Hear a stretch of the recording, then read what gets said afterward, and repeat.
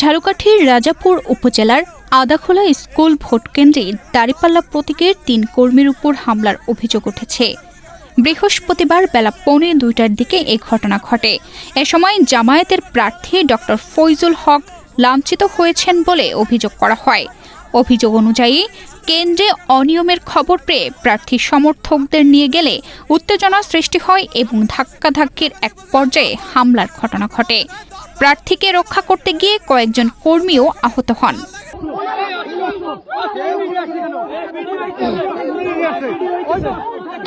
Corona বা যে কোনো ভাইরাসের এগেইনস্টে ফাইট মানি ব্যাকট্রলের লেফট রাইট। পরে স্থানীয়রা আহতদের রাজাপুর স্বাস্থ্য কমপ্লেক্সে ভর্তি করেন। ডক্টর ফয়জুল হক দাবি করেন তাকে হত্যা চেষ্টা করা হয়েছে এবং ঘটনাস্থল থেকে দেশীয় অস্ত্র উদ্ধার করে পুলিশের কাছে দেওয়া হয়েছে।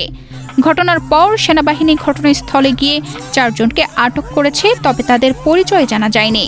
আমরা ওরা ভোট কাটার জন্য প্রস্তুতি গ্রহণের সময় আমাদের ফয়জুল ভাই সেখানে উপস্থিত হয়ে পড়ে হঠাৎ করে।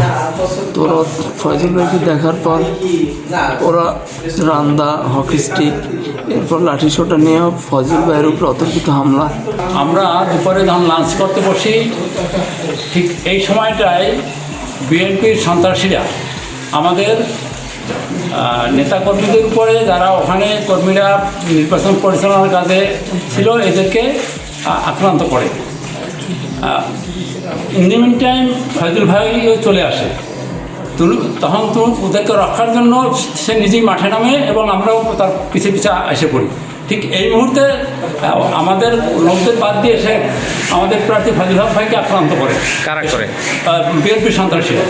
রাজাপুর থানার ওসি নজরুল ইসলাম জানান, ভোট গ্রহণ চলমান রয়েছে। ভিডিও ফুটেজ পর্যালোচনা করে আইনগত ব্যবস্থা নেওয়া হবে। তানজিদা রহমান, ইনাইয়া, বাংলাদেশ প্রতিদিন।